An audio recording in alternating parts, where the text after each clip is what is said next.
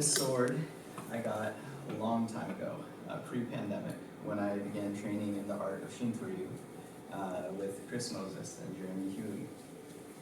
And up here with the sword, I do not want to claim to be an expert of this style. In fact, the very sword I have should tell you that I'm not. It is a dull blade. There is no chance of slicing through anything with this blade, and it's great for beginners to learn and start practicing with because the blade is such that it gives a similar feel to that of a sword, same weight, same balance. It is still folded metal, so this is handcrafted in Japan, imported to America, and yet with this blade I do not need to worry about it flying and slicing anyone. That would be horrible. So, with that context, I had the opportunity to train Shintoryu for 2 years with Chris and Jeremy. And this was all pre-pandemic, but I realized I haven't had the opportunity yet to show you anything that I've done with the blade in a test. And so I figured this would be a great opportunity to demonstrate a very basic form in their system. It's equivalent to Changji, but the catch is it's done on your knees. And so there's a couple of things to know. Actually, I'll let you guess. Why do you think there's this groove in the blade along the side? Yeah, Dash. Is it for blood? That is a fun story that kind of goes around in sword schools. The actual answer, that is a real story, I'm sure you've heard it. The actual answer is it adds to the sound the sword makes when it cuts through the air. And so if I cut with the sword and it's slightly off, there's no sound. You don't hear a thing. And yet if I cut straight, you can hear that dull. This is actually a training tool that instructors use to check a person's form, so that they don't need to have a bunch of targets lined up and have a beginner cutting through those targets. They can just hear whether the cut is smooth. And so now that I've told you that, you can check me too as I do this more. You'll hear when I make a mistake. And this art also has a lot of tradition. When I sheathe my sword, if it makes a sound, and now I'm going to be very rude, if it makes a sound like this,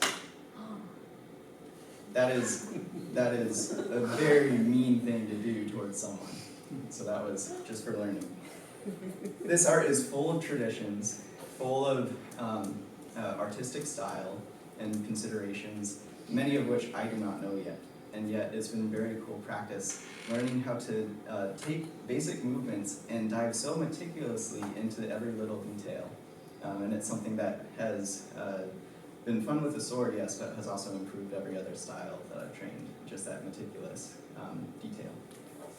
All right, without further ado.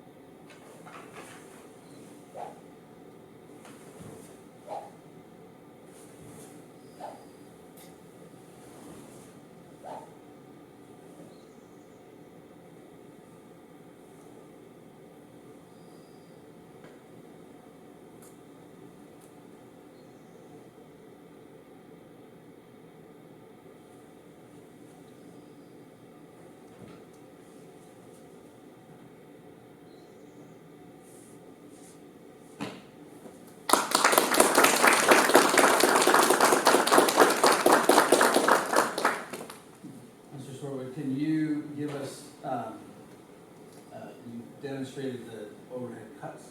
Yeah. Can you also explain, there was one at the end that was off to the side. Like the rest of them were overhead and there was some transition, but then there was one really clear one at the end that was off to the side. Can you help us understand maybe what the purpose of that was? Correct, and this is actually starting to get closer to Dash's assumption. When you do that cut to the side, it is a traditional way to clean anything that's on the blade off of it before putting it into your sheath. So at the end of every pattern in the style, you'll see this very quick motion. It's not intended to be a cut, it's intended to send like this, shot this force through the sword, pull back, and then anything that would be on it would hopefully follow. It is, I mean, obviously, we mentioned blood earlier, but there could be debris, there could be other things. What is the purpose then? Is it just a cleaning method, or is there something else that helps before we resheath or during the resheathing process? Mainly cleaning method. If there are any larger materials though, especially if there was a skirmish and it got wood chips or something, that can be very damaging to the sheath as well. The sheath is just as important as the sword in many ways. And so whenever I'm drawing or sheathing, I try to make sure I'm not grinding against the sides, either with the blade or even the sides of the blade. So it's very slow, meticulous practice. And if there's going to be grains of anything in there that haven't been swept off prior, it's going to damage the sheath and cause problems for the blade later on. Very good. Thank you.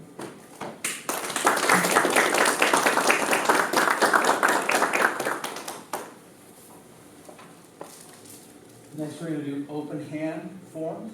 I'll actually let Master Swartwood, if he has anything to say about the forms he's going to demonstrate. I'll let him do that. Thank you. So the forms I will demonstrate are Fung and Churn, two forms that are made by Grandmaster Yip, the founder of Zen martial arts and the person in the story that I shared in the paper. And the last time I demonstrated these forms in a test, it was probably half a decade prior for like my second degree black belt. And I've gained a lot of weight since then. My body type has changed, I have more mass to throw around, and so there's a lot of motions in here, especially groundwork, that's going to be a lot more damaging on my body if I treat it the same way I did when I was a very bouncy teenager. And so you'll see me perform the form, and I try and do it still with the vigor and vitality that this form elicits in us, but then also from there keep myself safe, practice with gentleness, and in that way make this a very productive performance. All right.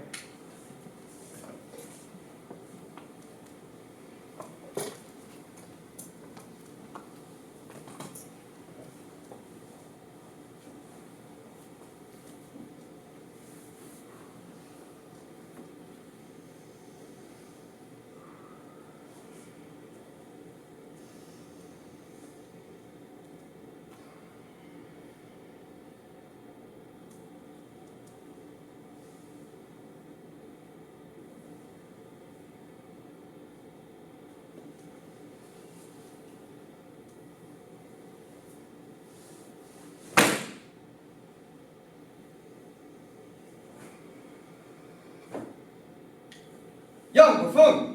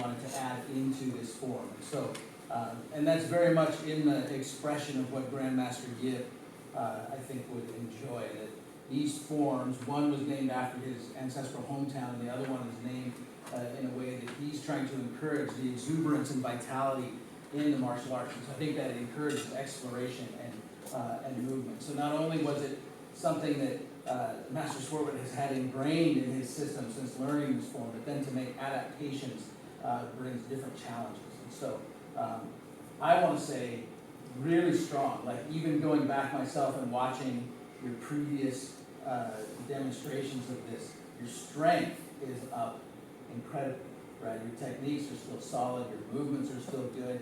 I know you had one moment over here, but again, what you did was you turned that into, this is now the form, right? And I think that is part of our expression and our experience, right? We get really locked into, it has to be exact, perfect the whole way. But life isn't like that. And so one of the things that you've already expressed in your own journey, right, is this exploration. When an opportunity arises, make use of it, right? And so even something difficult like that moment, you made use of, right? And you turned it, and I can see then that last line. I will tell anybody, I don't care how many times you've trained for this, I don't care how much endurance work you've done, that last line approaches and it feels like, where did my life go? So much in my tank. And you come up to that spot and you start pushing through those last moves, and you did so with poise, strength, power, everything. So it was really good. I'm super proud.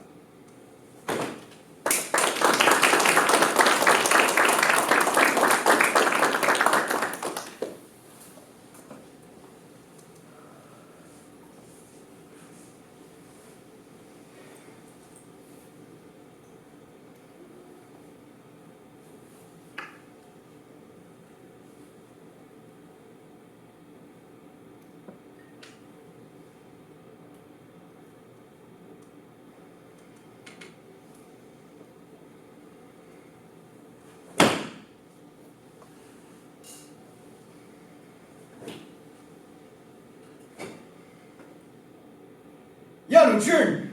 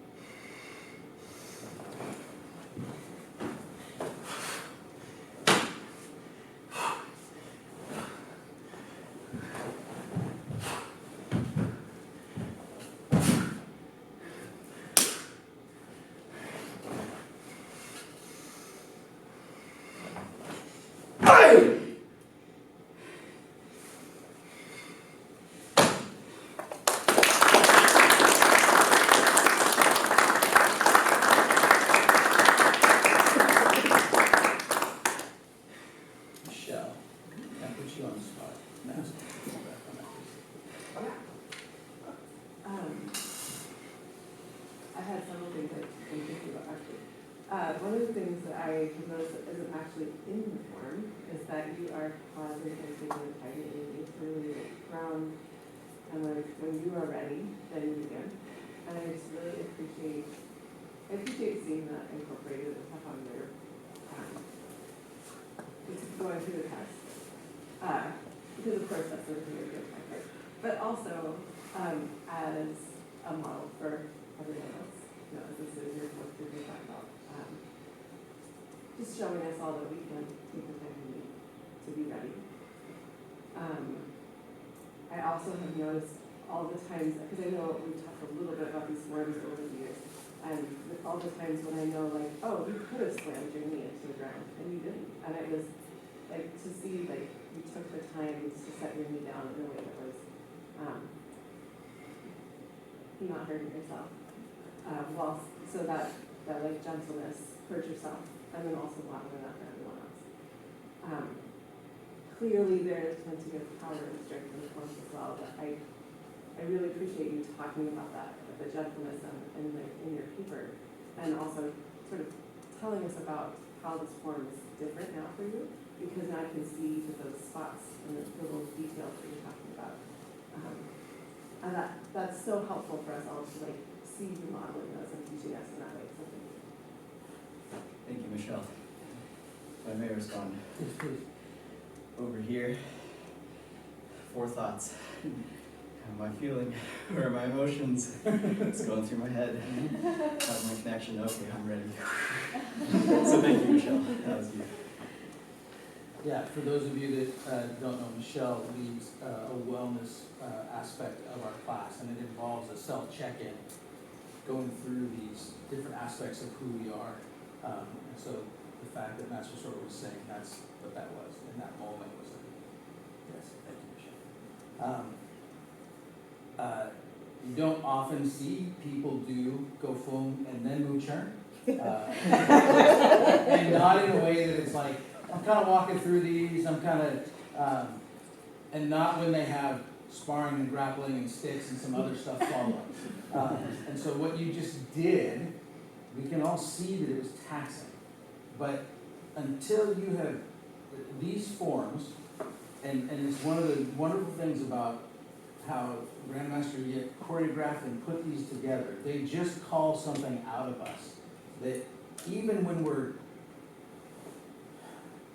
it's hard not to do it in a way that's exhausting, right? It just is. And there's something about the energy that it brings out in a person, the way it sort of invites us to, right? And so we got, again, to see you and have it and embody that in your person. I also want to make comment on what Michelle commented on also, those pauses, right? And it came across as, this is now a living thing, right? This isn't just a rote set of moves. This is now, there's life, there's activity, and I was like, what's going on? Like, if this is really a combat scenario, what's happening? Is there like a stare down happening? Is there like these, moments we see in the movies? Is it you readying yourself? It invited me into this narrative that was happening, and became a wonderful way of sort of inviting us into what you're experiencing. And so that was a great way to demonstrate that, and also, as Michelle said, just to lead us in what this is supposed to be like. And so the form itself was great, but that expression of who you are and the honesty that came out of it was pretty priceless for us to get shared with us.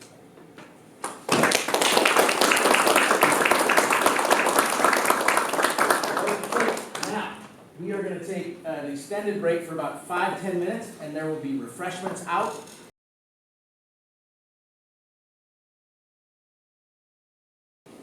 In our system, for those who aren't aware, although I think everyone here probably is aware,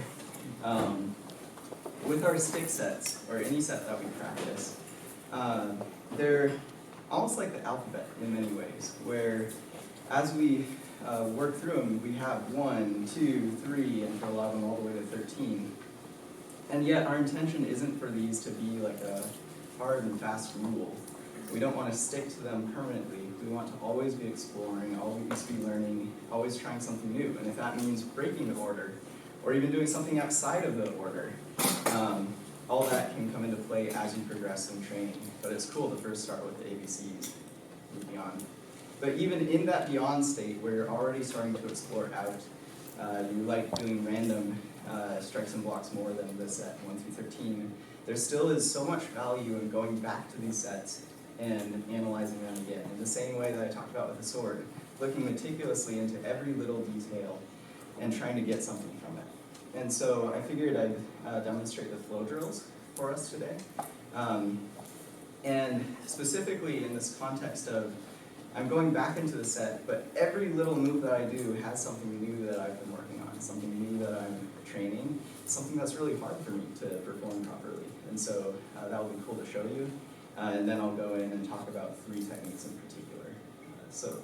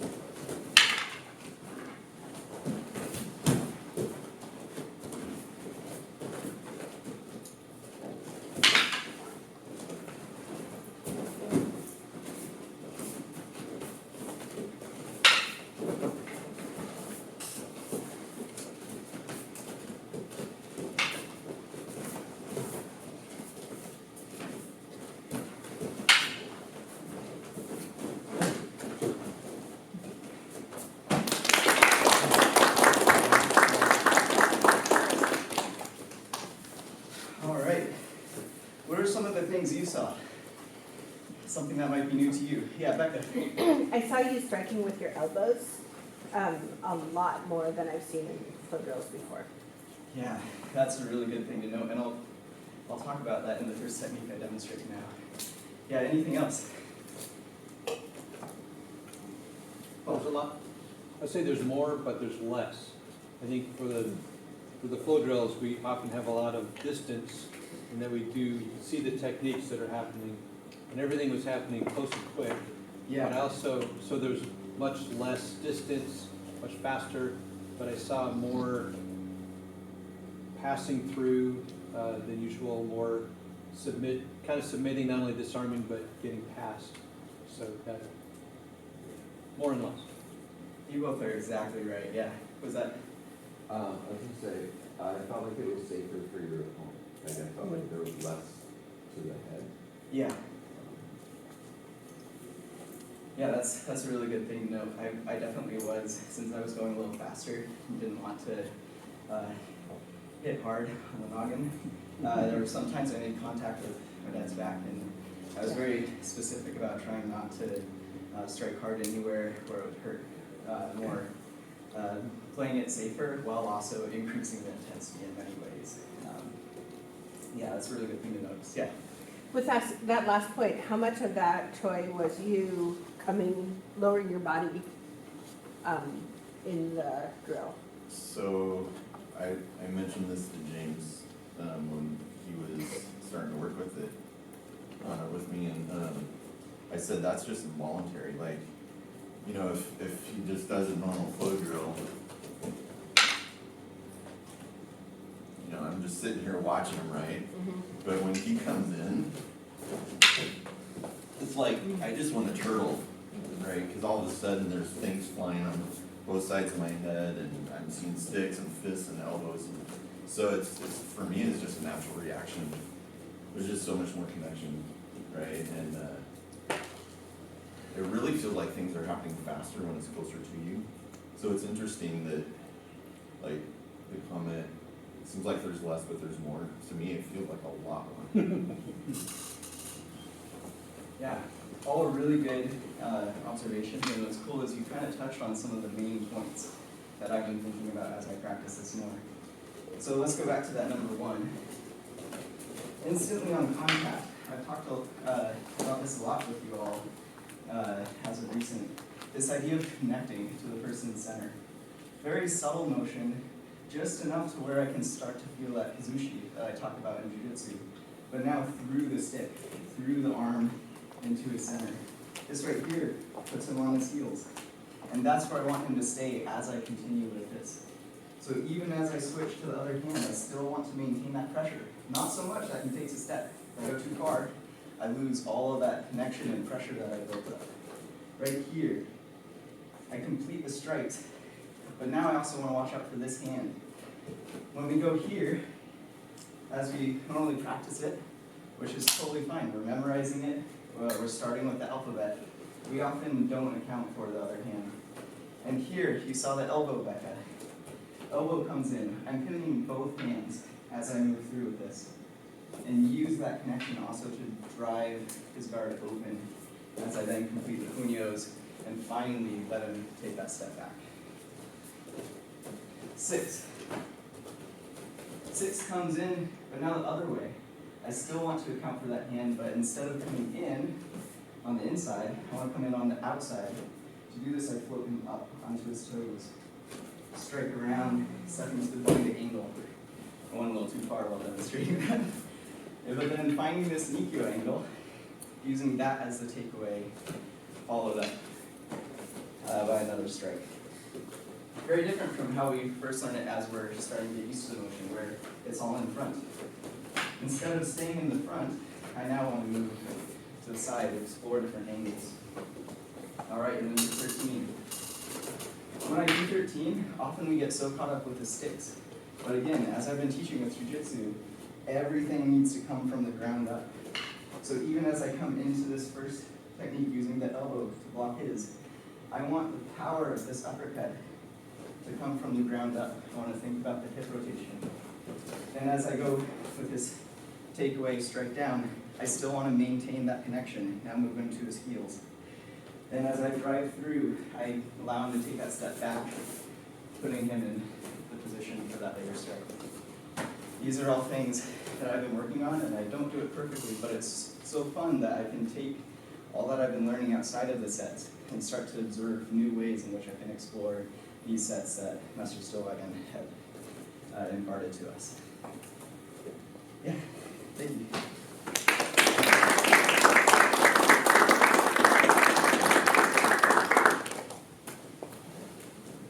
All right. So, as I mentioned, the sets were given to us by Grandmaster Stillwagon, but there's also this challenge. His style is called the living arts.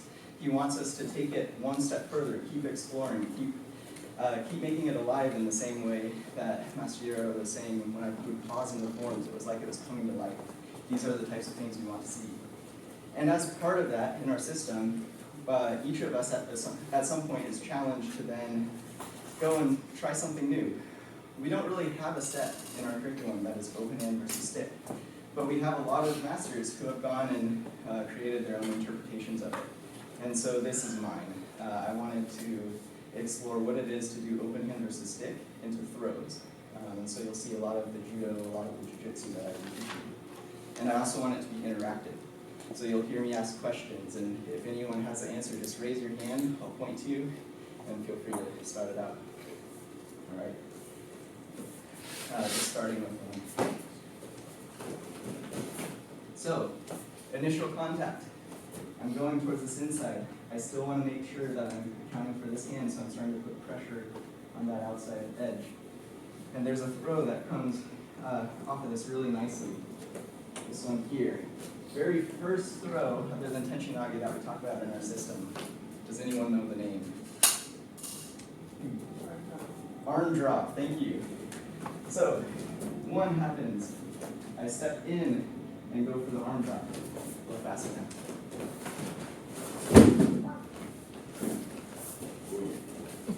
All right, number 2. I already have this outside angle. Notice where my hands are. Doing a Thai style motion here. Get my other arm on the inside here. There's another throw that's really early in our system. I'm going to step behind, going to rotate. What is this called?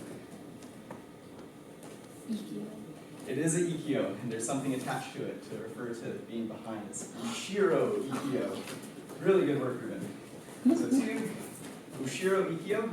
My goal isn't so much to go to the ground. I could, but for practice, we like to keep our faces safe, so I'm going to push forward more. All right, a little faster. Thank you. All right, number 3. Here, I'm making sure I protect my ribs first and foremost. The strike is to the ribs. I'm going to go in, again, attacking this side. Now I'm going to pass this under me, grabbing the back. And this is a very later throw in our curriculum. I'm going to grab, twist to the ground. Anyone have a guess as to what that is called? All right, it's called the Dake Wakare.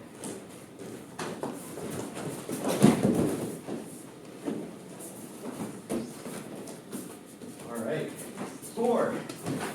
Same protecting of the ribs, targeting the arm. Now I'm going to reach in here. This one is rather obscure. I don't usually teach it with our curriculum. It's much later, actually in the black belt level when I start to talk about it. This is a Nikkyo.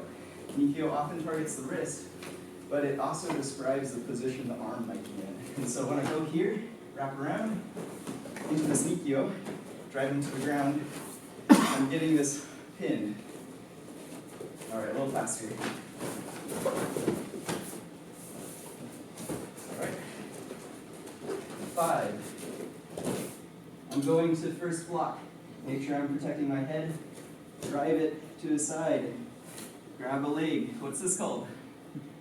One leg, foot down. Yep, single leg takedown. To the ground. All right, a little faster.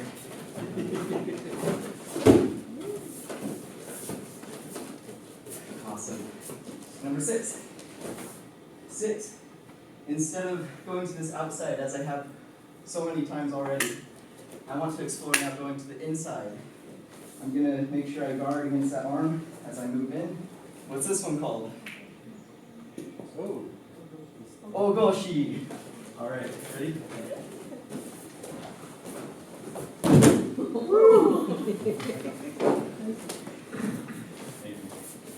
All right, number 7. This one's fast. Many of you don't know the name.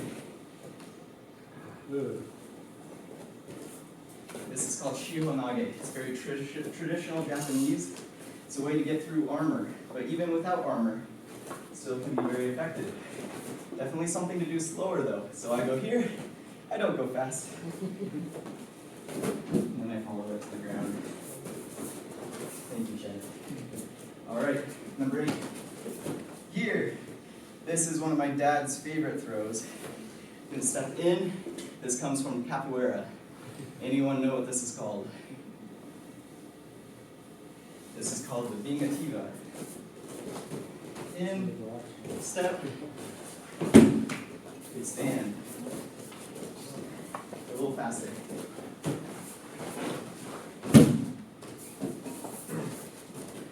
All right, 9. This is one more people are familiar with. I step behind in the soto step. What is this plant?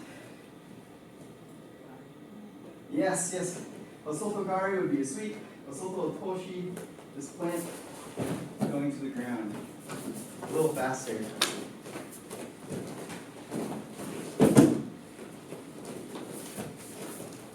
All right. 10. Another one very few in here know. I don't teach it till later. Kolugaishi. It may look like I'm targeting the wrist, but I target down the back at the balance point to affect balance more than just cranking. I won't do that one a little faster.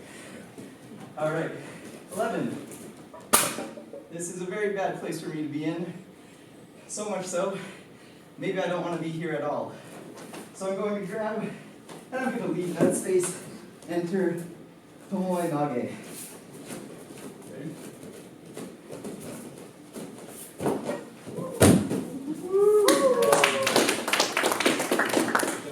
All right. 2 more. 12. This one. I could go into Kukkiwon, and in fact, that's what I was planning. Then my dad helped me notice that if I grab this hand, I move to the inside, and I do the Kukkiwon from here, it's a lot more powerful. I have them all bound up. Thank you, Dad. All right, so I block, I grab, enter, and Ukiwaza. A little faster, go.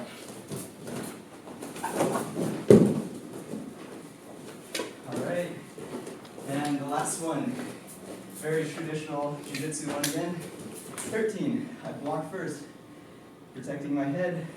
I don't like the fact that my ribs are open, so I'm going to move to the outside, yonkyo. And I just drive that down much like I cut a sword. Thank you, Chad.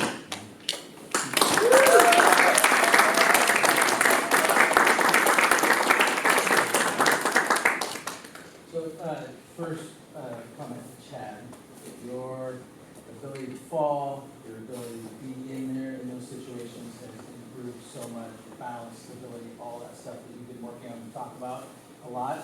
You can see it's made a huge difference in how you carry yourself and how you engage. And I think it's really, really good. Good work on that. Master Swartwood. Yeah.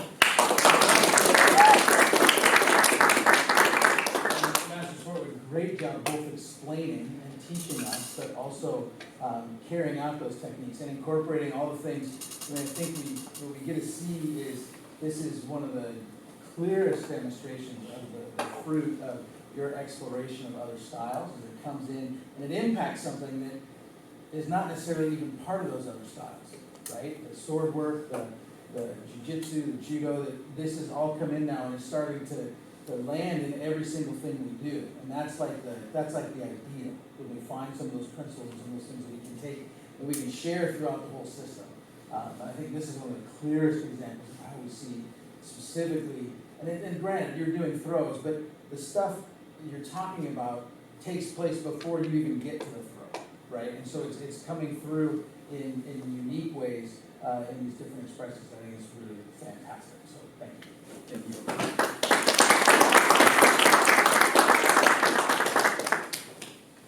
Okay, we are gonna take another break, so 5-10 minutes, more refreshments.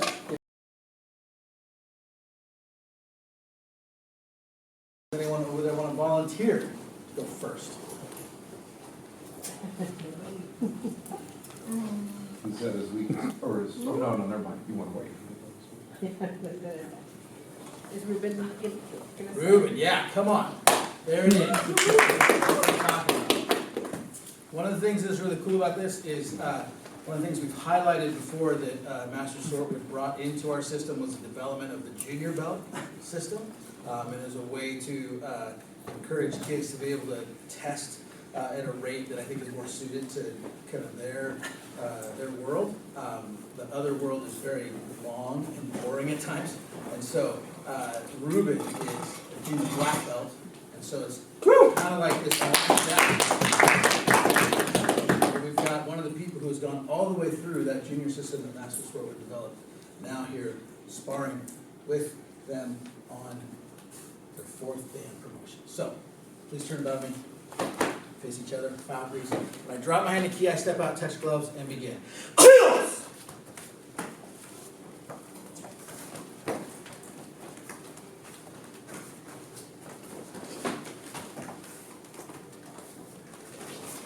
Nice, Ruben.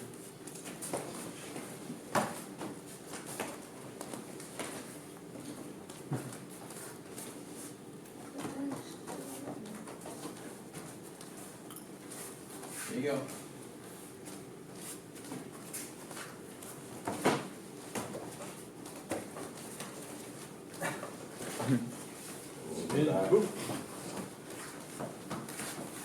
Nice. Good, Ruben. good, Get good. out of there, Ruben.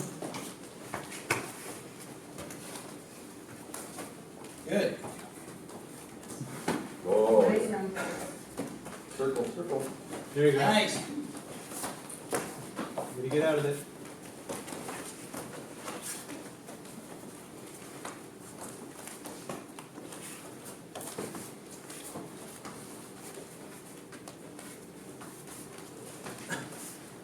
Circle, circle. There you go. 30 seconds. Throw down.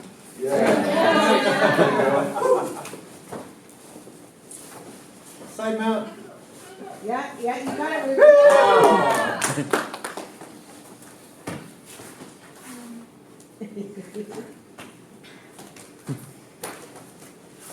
10 seconds. Nice. And time. Nice work. Ruben, excellent work, laying out some beautiful roundhouse kicks, some good body punches, doing some excellent grappling. Really good work in there, right? Good job. I think he's a good kid and worked up for his test. Thank you. All right, let's have Azalea. Come on out.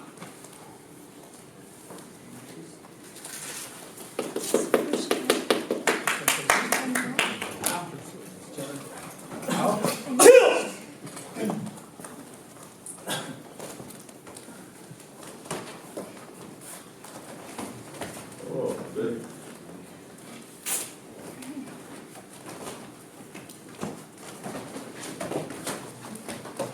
Nice kick, Azalea.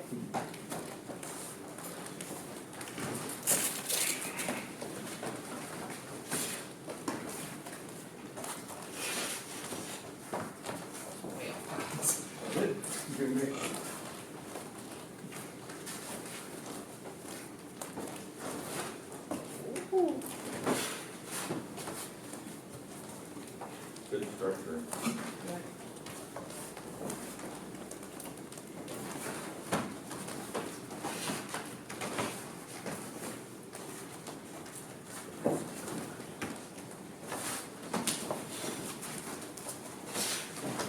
Good work.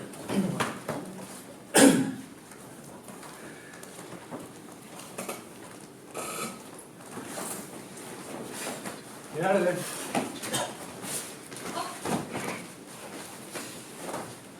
There you go. Oh, yeah. Very good. Good push off. 15 seconds.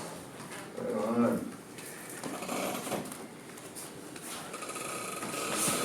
Whoa. He's cooked it.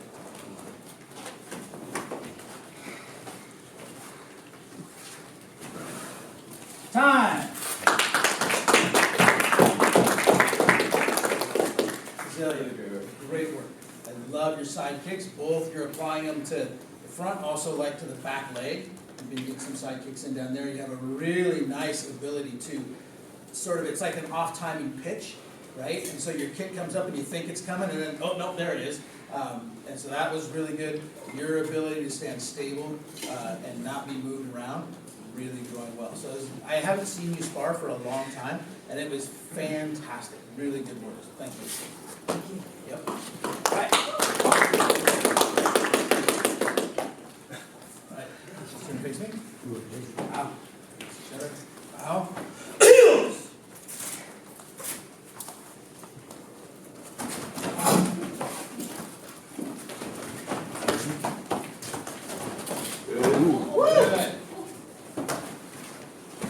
Oh, yeah. Nice ball, nice ball, nice ball. Yeah. Right. Wow, that was fast. Good move, both.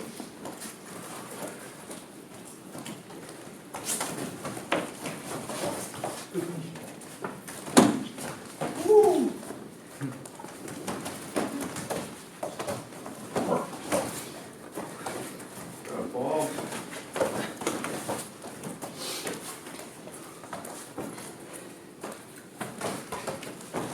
Good grounding game. Good.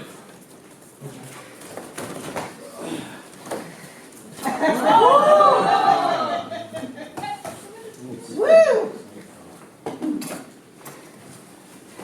10 more seconds.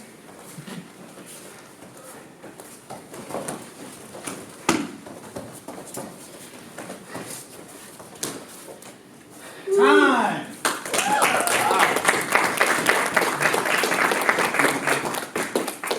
Behind the back too. Thank you. Oh, excellent work. Really good job getting in there and taking it right to the ground. Working a lot of throws. Really have grown in that. Your speed, really good. Your intensity, good. Control, good. That was some of the best sparring and just constant going I've seen in a while. So, and again, I haven't got to see everyone spar because I'm lots of times watching the whole class, but this is always gives me an opportunity. And so I was really excited about what I saw. Good movement, good engagement. Yeah, really good. So good work. It's matching intensity too. Yeah. Yeah. No, it is good. Yeah. So let's have a chat.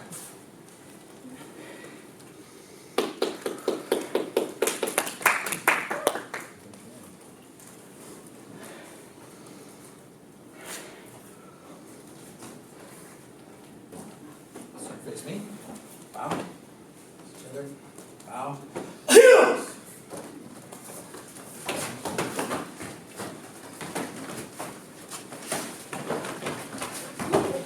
Nice. Good, good, good.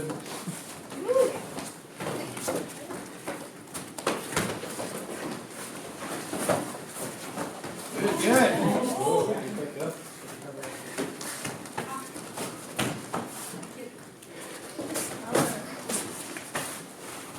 Nice, nice.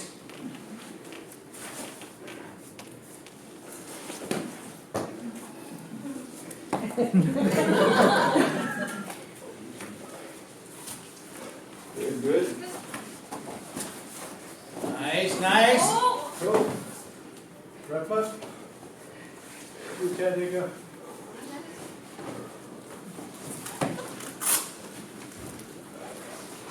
Good.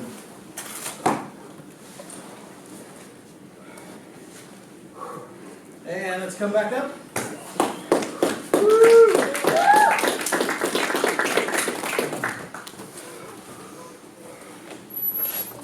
That'll be time.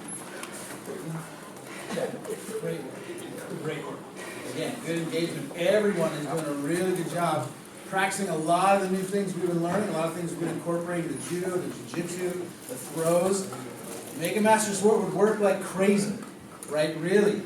Getting him moved around, all kinds of good work. And every single person has been trying that with him. And so it's really, really good. And it actually, even though he's tired, it brings so much joy to his heart because the things he is sharing with you all, you're just giving right back. And you're like, and it's so exciting as a teacher to see that. It really, really is. And so, he may be tired, but he's loving it. Trust me.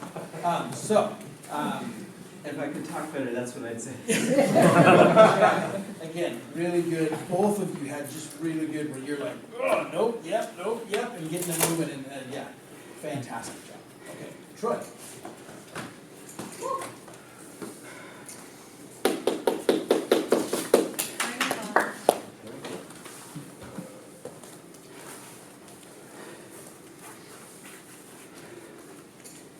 Turn face me down. Face each other bow.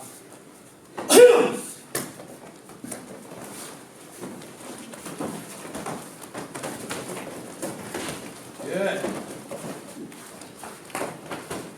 Nice. Wow. Good techniques. There it is. Good job there, Troy. Just trying to grab. Yep. There you go. Yeah. Good. And let's bring it up.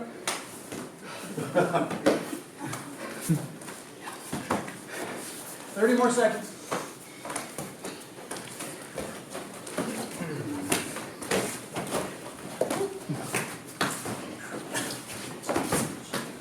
Good. Ooh. 10 seconds. There you go. There it is. Time.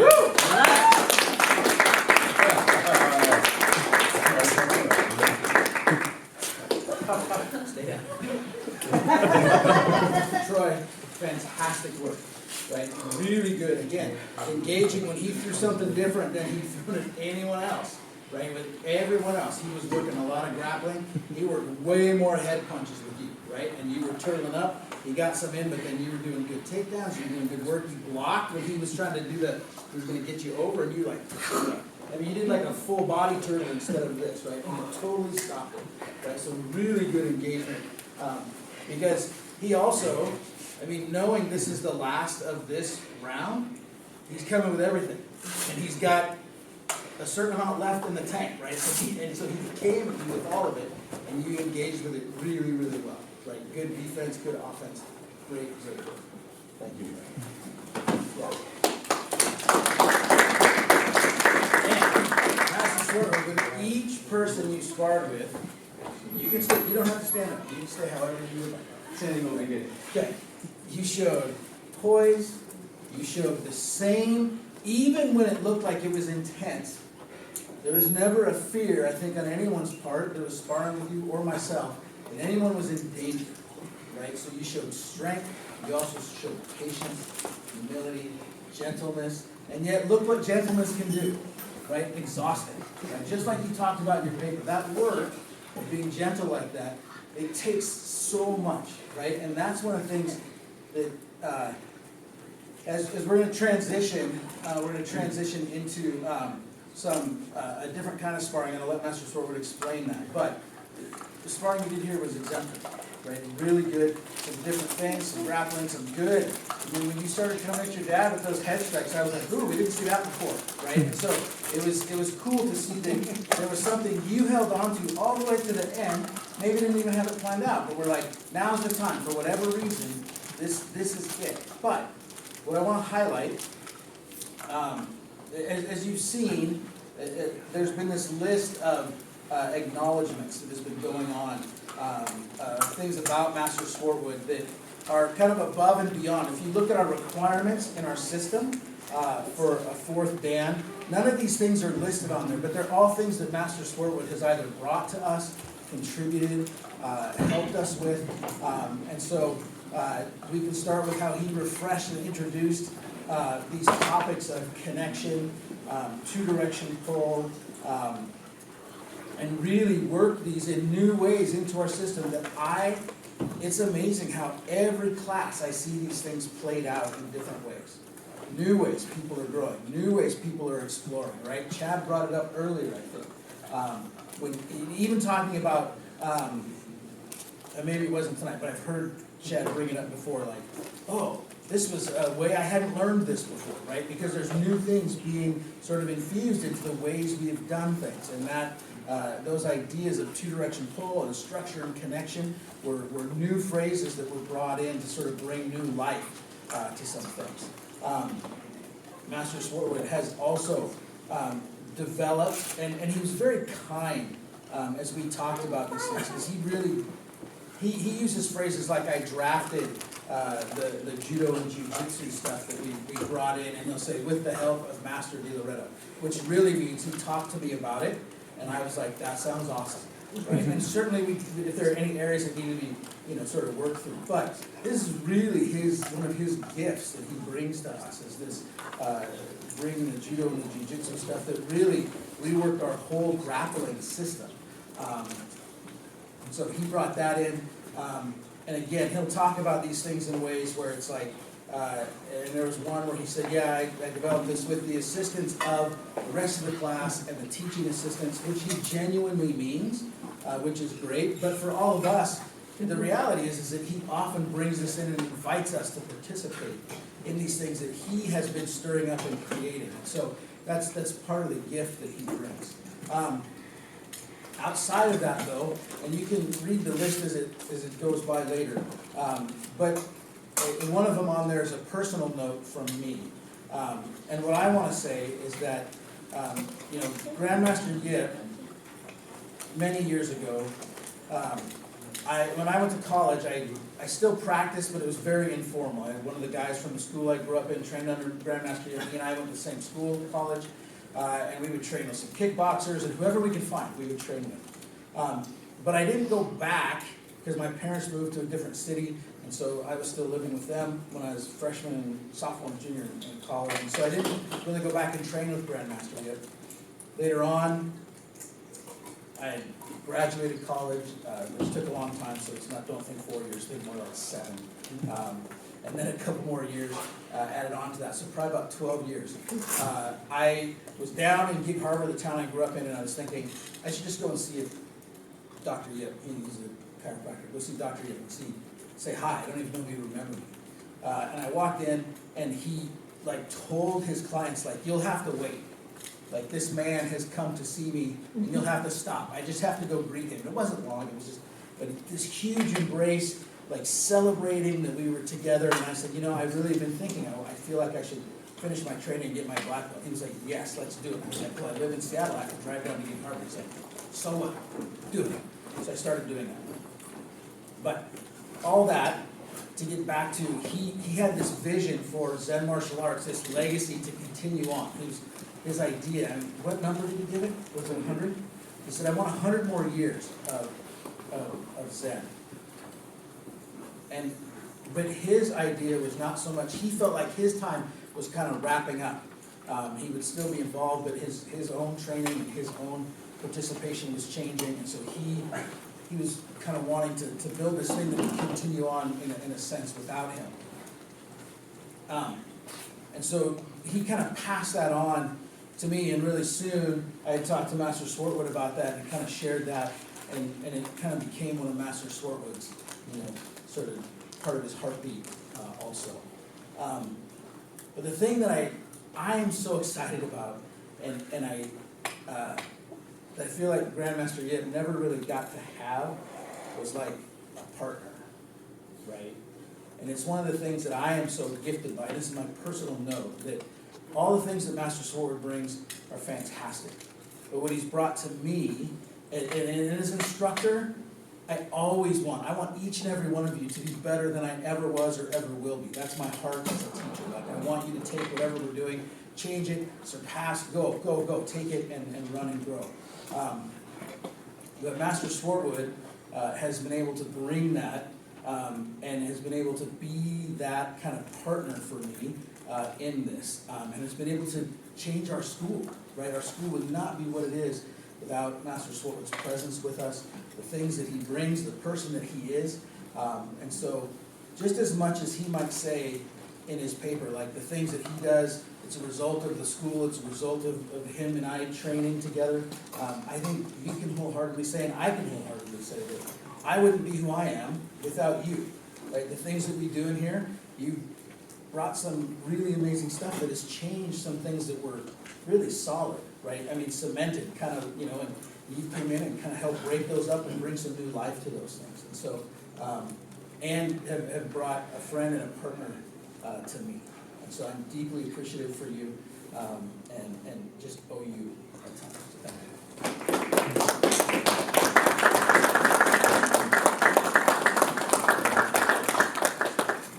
Okay, so I'm gonna let Master Swartwood. You're gonna let Mr. Kim. Yes, we'll let Mr. Kim. I don't speak for anything. Okay. Let's see. I'll keep this a little bit shorter since James already mentioned how we met at college. As most of you know, I am a 4th degree black belt from White Tiger Martial Arts, a school that is instructed by a 7th degree grandmaster in the Kukkiwon World Taekwondo Federation style of Taekwondo. It is most commonly viewed as, you guys will know it from like the Olympic sparring Taekwondo. That's that. James and I, when we first, actually it was the first day before I even came to class, when I put on my uniform after 5 years of it sitting in the closet, and surprised it still fits me and the belt's still good and everything. We had a little fun sparring match in his garage or his basement, just because we were like that. And it ended up proving to be really fun, but we learned about just how different our sparring styles were from different martial arts.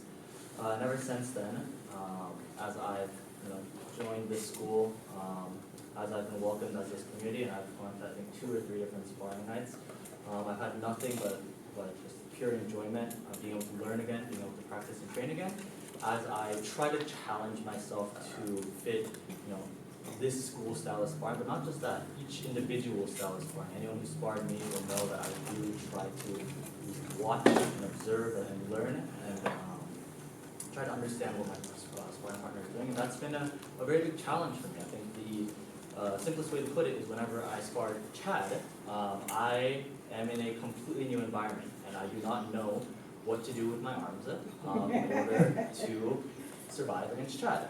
In that same vein, James has always wanted a challenge, and as we saw in his essay, he loves learning about new martial arts styles and facing new challenges in that manner. And so for his 4th degree black belt test, he wanted to spar me in my style of Olympic Taekwondo sparring, which of course is, while he is a professional and expert, a master in my regard, it is still very new for him. And so he just wanted to challenge me and see how I could hold up, how good he could do, and that's what we'll be doing today. So to explain the rule set a little bit in terms of differences, there's not many upper body strikes that are happening. All strikes are in the form of punches and must be aimed at below the neck and above the waist.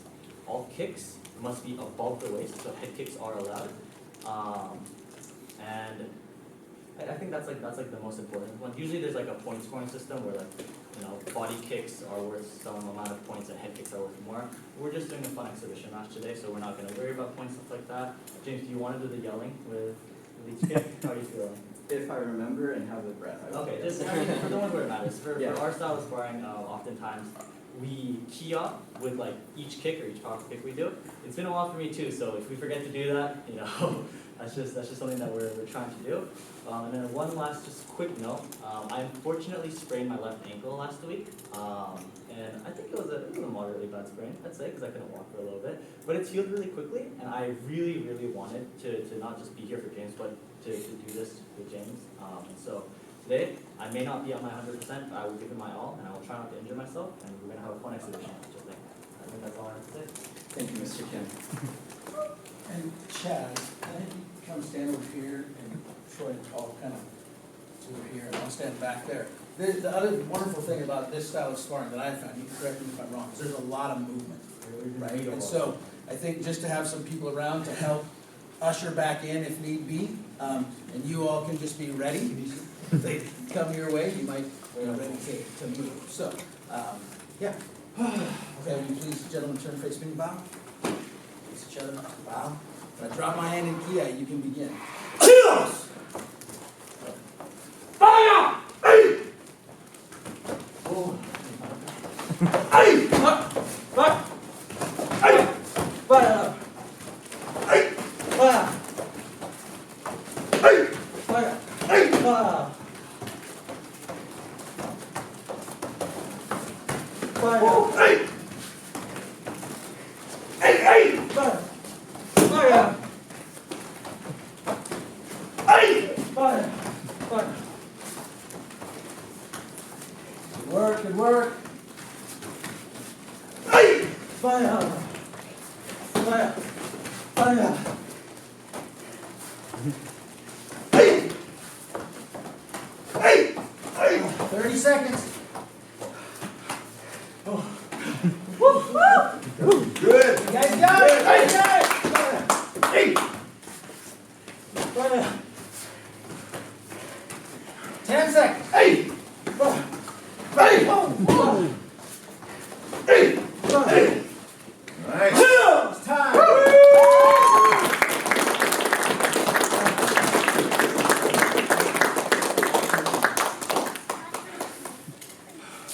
Miss Kim, can I put you on the spot and ask you, since this is a style you are also familiar with, to give some feedback?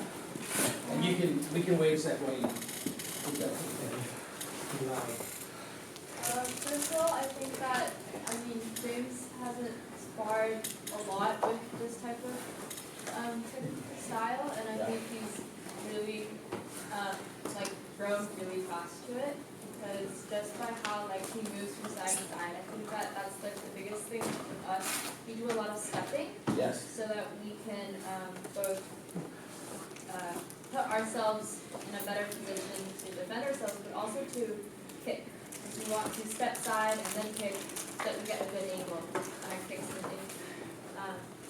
Looking at the sparring right now, there was a lot of step movements, there was a lot of going back and forth, just so that James and my brother also could defend themselves, but also get that good angle. And I think that is something that was really, really nice to see that. I think we've only sparred a few times really, and in those just few moments, you already got that down.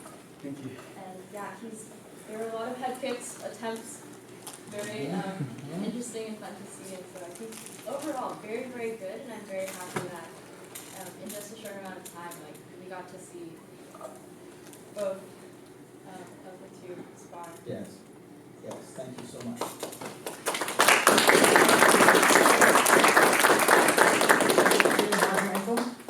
Great, sir. Good. Thank you. It was fantastic. Great to see you and great to have you both here and have you participate in sparring and have you participate in sort of helping us understand some of what was happening there. So we're going to give Master Swartwood a couple minutes and then we're going to enter into the last iteration of sparring. It'll be multiple assailant sparring.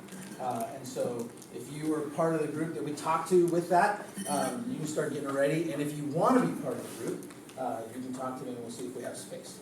Okay, so we've got a couple minutes. If you need a bathroom break or anything like that, you go to Master Sword and take some breath, and then we'll enter into that. Thank you.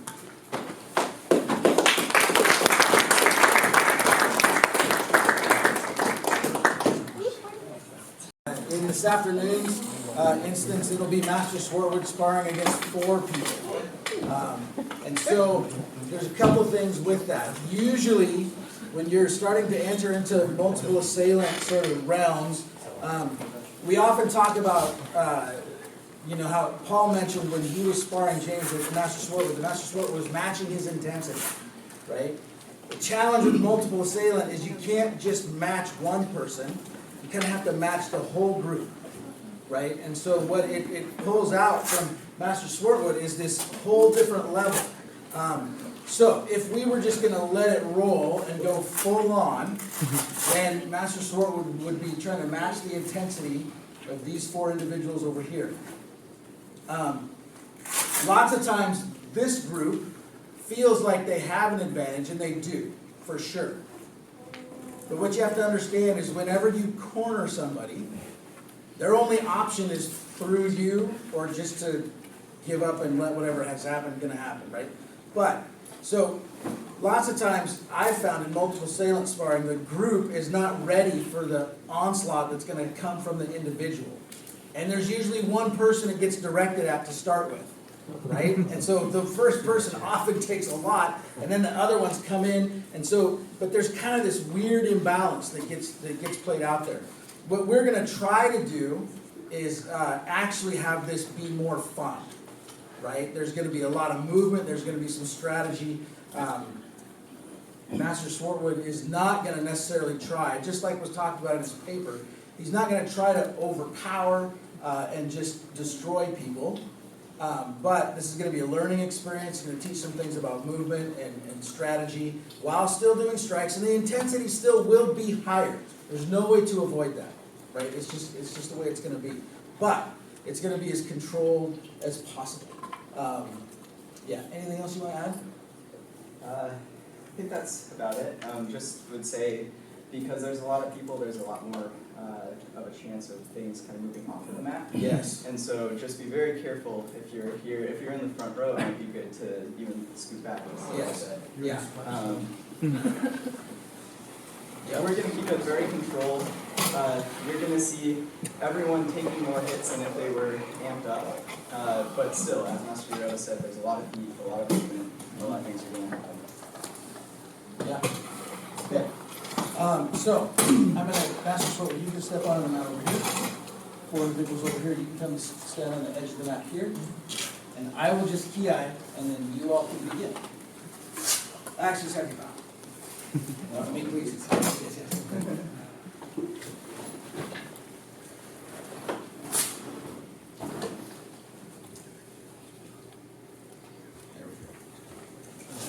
Just let me.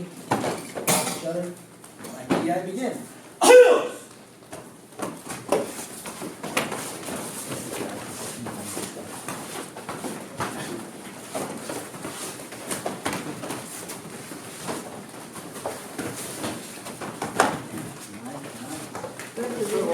Good work, good work.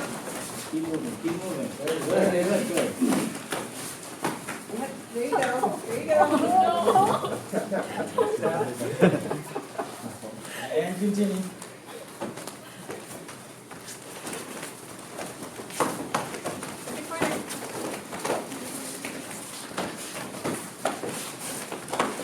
Go 30 more seconds.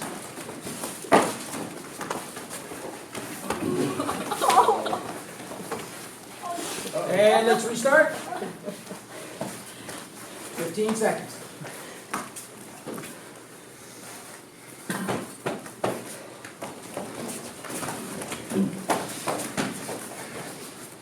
Good, good, good. Nice, thank you.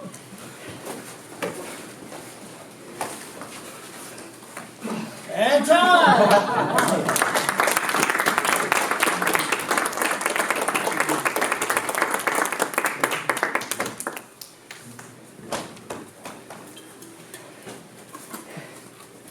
All right. To you four, fantastic work, good teamwork, right? I saw some moments where it was like, okay, now we're gonna grab, and then that kind of brought it to an end. There were some moments as Master Swartwood changed his strategy based on what you all were doing. You adapted. Can any of you identify some of the strategies maybe you adapted to? And yes, Azalea. I got put in a lot. Yes. I Yes. thought that was really cool. Yes. Yeah. I had to start going outside. Right. Master Swartwood was running around and spinning a lot at the Yes. start. And we kind of, or at least what I saw, was us chasing him. And we kind of had to, like, cut through like a circle Mm-hmm. to catch him. Yeah. And Ruben, I saw you in the very beginning, in kind of the first engagement. You did a really good job of sort of like, I'm going to come around the outside, and then you came right in the back and really had a good angle on it. And that was a really good strategy, right? Because sometimes the group thing, if everyone's in tight, then there have been times where people are swinging and they're hitting their own people because you're just not paying attention. And you did a great job of sort of saying, yeah, what exactly is happening here? Oh, there's his back. Now I can run in, boom. It was a really good strategy. And I saw that from everyone at times, sort of really thinking through. When there's 4 of you, you have more opportunities to do that, don't you? Yeah. Anything else? What did you all notice? Chad, and then back to Zoe. I mean, obviously he's trying to split and then isolate. Yes. And so I felt like one of the things that ended up happening was we have someone playing almost catcher, so there's Yes. 2 and then here. Yes. You know, Yeah. yeah, we didn't have the space. Yeah, good. Zoe. I found my intensity levels adapting the whole time because I had some head strikes and you had no helmet. And I was like, I'm being very controlled. Yes. And then other times you're ramming into me and I'm going right into you. Yes. And like, there's this I could feel my intensity. There was a need for it to fluctuate in a Yeah. way that felt safe for everyone. Yeah, and to fluctuate almost like, I have to make this arm fluctuate differently than the rest of my body because my body's being slammed, yet I'm throwing this technique. Yeah, that's perfect. Good observation. Okay. Sure. It was interesting, like talking about being online and such as positioning, and it was getting really frustrating because it felt like we kept running into each other. And, Yes. so then it was like, how do we make it so that stops? Well, we just have to grab him so he can't move. Yes. Because he was like Yeah. really slippery. Yes. through there. Yes. Yeah, Becca. Yeah, I was wondering in the first part, the first half or so, it seemed like Master Swartwood was somehow able to get all 4 of you in front of him. And what was it like for you to figure out who was going to try to go behind and break up that kind of everybody in front of him? I felt like there was some more patience that we ended up having. And part of that isn't like, I'm gonna go around back, it's, I'm gonna let these 2 people he's with be in back and I'm gonna stay in front, right? So, like, I can't get around there necessarily, but I know he's gonna not wanna stay between 2 people. Yeah. Yeah. I was just gonna say that, I've been playing a game and it requires teamwork. And I've been thinking about that, I was thinking about that, like, okay, so sometimes I need to just wait for the correct opening, to then go on offense. And Yeah. I was, that's that. Yeah, because there is sometimes a feeling, and then, I said you had something too, so, and then Sean has something. There is a feeling when you're in the multiple assailant, like everyone's gonna go, right? And, but that doesn't always work, it's not always necessary. Sean? Oh, not to, you allow me to mention 2 things I think James showcased beautifully in Yeah. the show that I think he really has picked up on from the limited times that he sparred me and Lauren, but mostly from just observing us, because he, like me, knows the beauty and importance of observing and learning from others. I think what he really showcased well today is how quickly he's learned to manipulate the 2-dimensional and 3-dimensional plane, and how to play defensively through offense. Because, like kind of Azalea was mentioning here, in a multi-assailant fight, it's really important to know when you should be focusing on 2-dimensional engagement versus needing to leave and go 3-dimensional, right? And in our style of sparring, that's really important just in a 1v1 situation as well.